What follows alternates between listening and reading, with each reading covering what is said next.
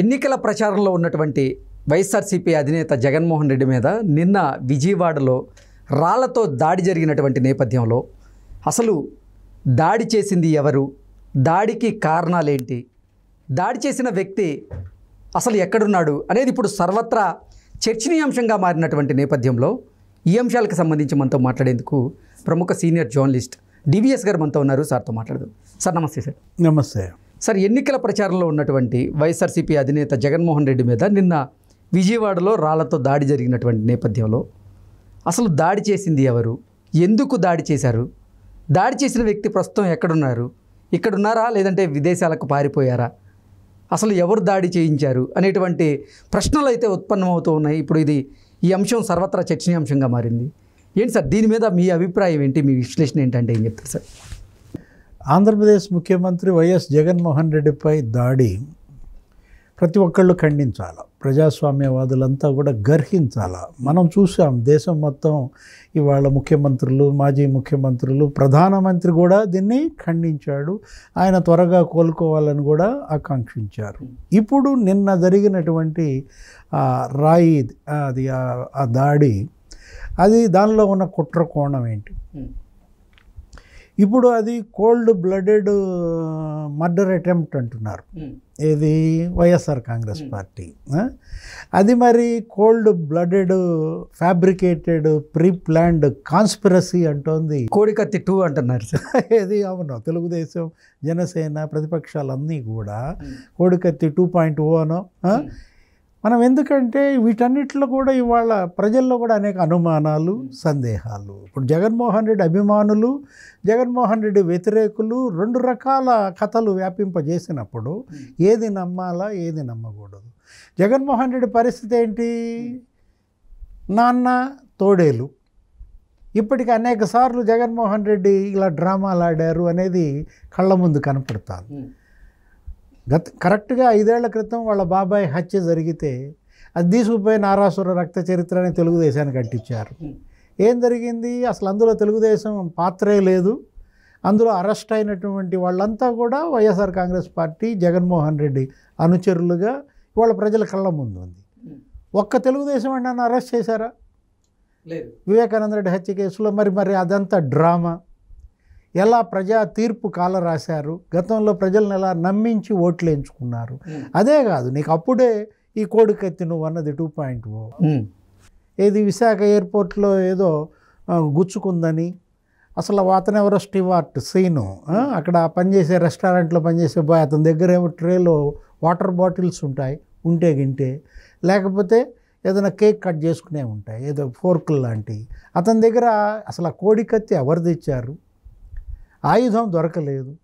తర్వాత తీసుకొచ్చి ఇచ్చారు కోడికత్తి. అదొక డ్రామా అని చెప్పి తెలిపోయింది. ఏది ఆ సీను, ఆ తల్లి, ఆ తమ్ముడు, వాళ్ళ బ్రదరు సావిత్రమ్మ, సుబ్బరాజు, అసలు ఆయన్ని వీళ్ళని కలవటానికి కూడా ఆయన ఓకే చేయలేదు జగన్మోహన్ రెడ్డి. కాబట్టి జగన్మోహన్ రెడ్డి ఈ 2 ఇన్సిడెంట్లలో నీకేమైపోయింది? డిఫెన్స్లో పడ్డాడు.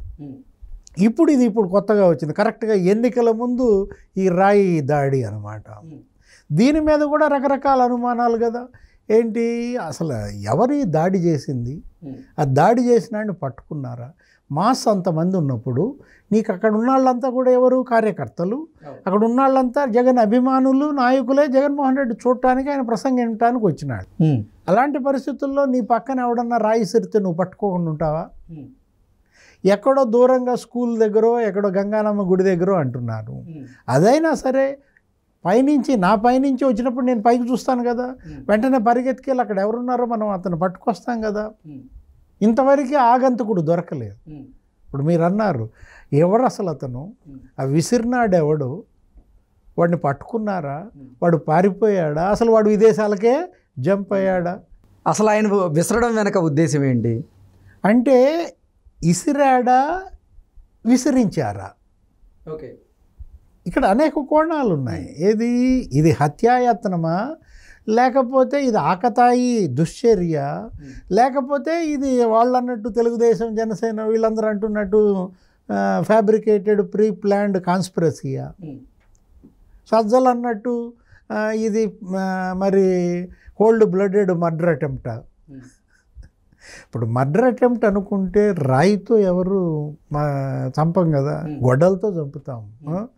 మనం చూసాం వివేకానంద రెడ్డి హత్య నిజంగా కోల్డ్ బ్లడెడ్ మర్డరే అయితే ఆయన చెప్పినట్లుగా ఎయిర్ గన్స్ వాడరు, రియల్ గన్స్ వాడతారంటూ కూడా కొంతమంది కమెంట్ చేస్తూ ఉన్నారు సార్. ఇక్కడ రకరకాలు ఇప్పుడు వైఎస్ఆర్ కాంగ్రెస్ పార్టీ చేస్తున్న ప్రధాన తప్పిదం అదే కృష్ణ. వివేకానంద రెడ్డి హత్య కేసులోనూ అలాగే చేశారు. ఒక దాని మీద స్టాండ్ తీసుకొని దాని మీద ఉండాలి కదా. ఏది గుండెపోటు అన్నారా, దానికే మీరు స్టిక్ ఆన్ అవ్వాలా. రక్తపు వాంతులు అన్నారా, దానికే మీరు స్టిక్ ఆన్ అవ్వాలా. మళ్ళీ కాసేపటికి ఏమైపోయింది, అది హత్య. కట్లు కట్టారు, రక్తం తుడిచారు, గొడ్డలిది. మరి నీకు స్పష్టంగా అది వాళ్ళ అమ్మాయే పోస్ట్ మార్టం అడిగింది ఆ రోజు. సునీత కనుక పోస్ట్ మార్టం అడగకుండా దహనం జరిగిపోయి ఉంటే, అదే వాళ్ళు ఏదో చేస్తారు కదా, క్రమేషన్ జరిగిపోయి ఉంటే బయటకు వచ్చేదా? వివేకానంద రెడ్డి హత్య కేసు నువ్వేమనుకునేవాడివి? మర్డర్ అనుకునేవాడివా? గుండెపోటు అనుకునేవాడివి? రక్తపు వాంతులు అనుకునేవాడివి?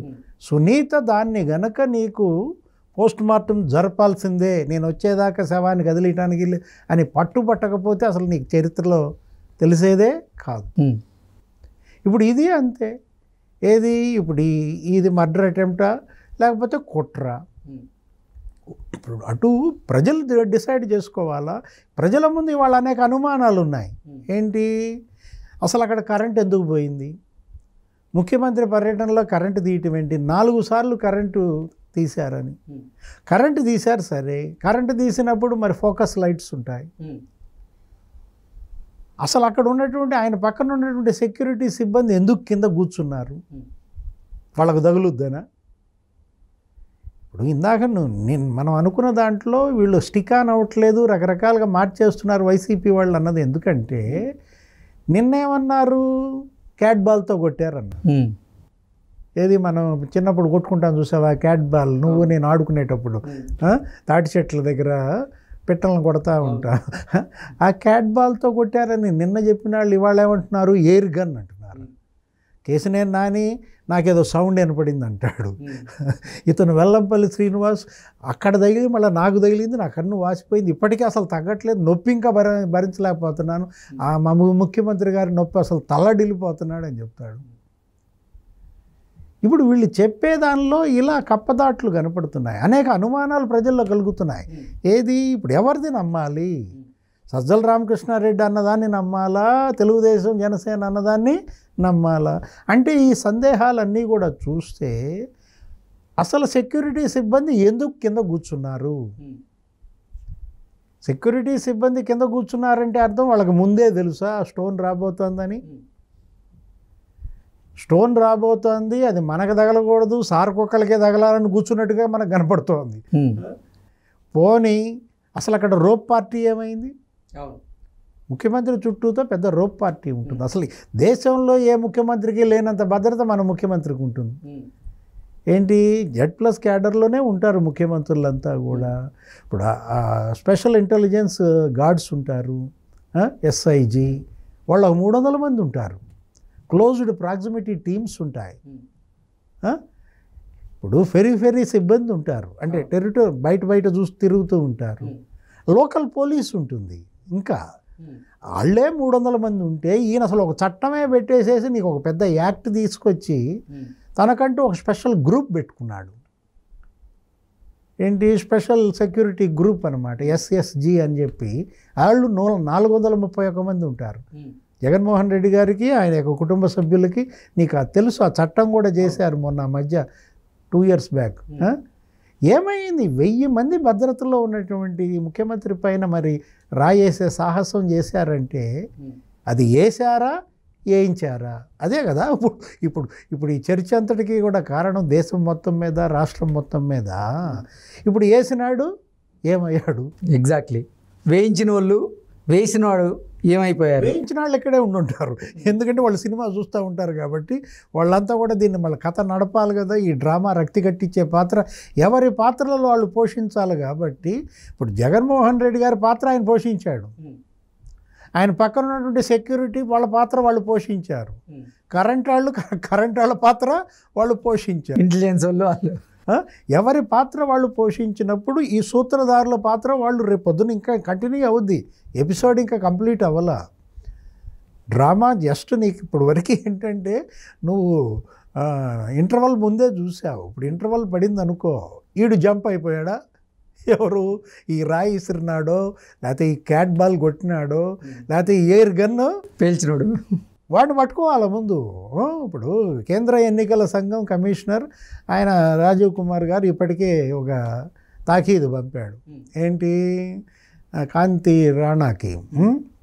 కాంతి Rana Tata Vijayawada city police commissioner, నీది జవాబు వెంటనే పంపించు, నువ్వు నాకు రిపోర్ట్ తొందరగా వెంటనే ఎమర్జెన్సీ నీడ్ పంపించమని ఆయన పెద్ద తాకీదు పంపాడు. ఇప్పుడు ఆయన ఏదో ఒక 20 మందిని పెట్టేసి మరి ఏదో ఎంక్వైరీ బిగిన్ చేసి లోకల్గా ప్రైమరీ ఏదో ఈ రిపోర్ట్ ఏదో ఇవ్వబోతున్నట్టున్నాడు కాంతి రాణా టాటా. ఇది కాంతి రాణా టాటా ఫెయిల్యూర్.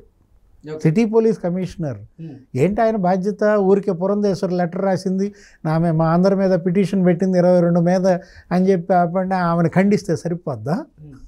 అసోసియేషన్ ఇప్పుడు ఈయన బాధ్యతలు ఈయన తీసుకున్నాక అప్పుడు అసోసియేషన్ బాధ్యతలు చేపట్టాలి.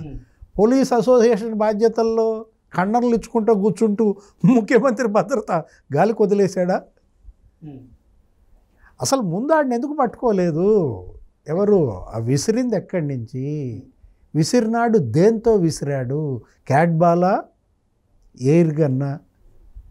అసలు ఎయిర్ గన్ తెచ్చినాడు, రేపు పొద్దున గన్నే తీసుకొస్తే ఇప్పుడు రాయి బదులు బుల్లెట్ అయితే ఏంటి జగన్మోహన్ రెడ్డి పరిస్థితి? ముఖ్యమంత్రి ప్రాణాలు గాల్లో దీపాలా? ముందు ఆయన పట్టుకురండి నాయన, పారిపోయిన ఆయన పట్టుకురండి, వాడు అసలు విదేశాలకు పోయాడు అంటున్నారు.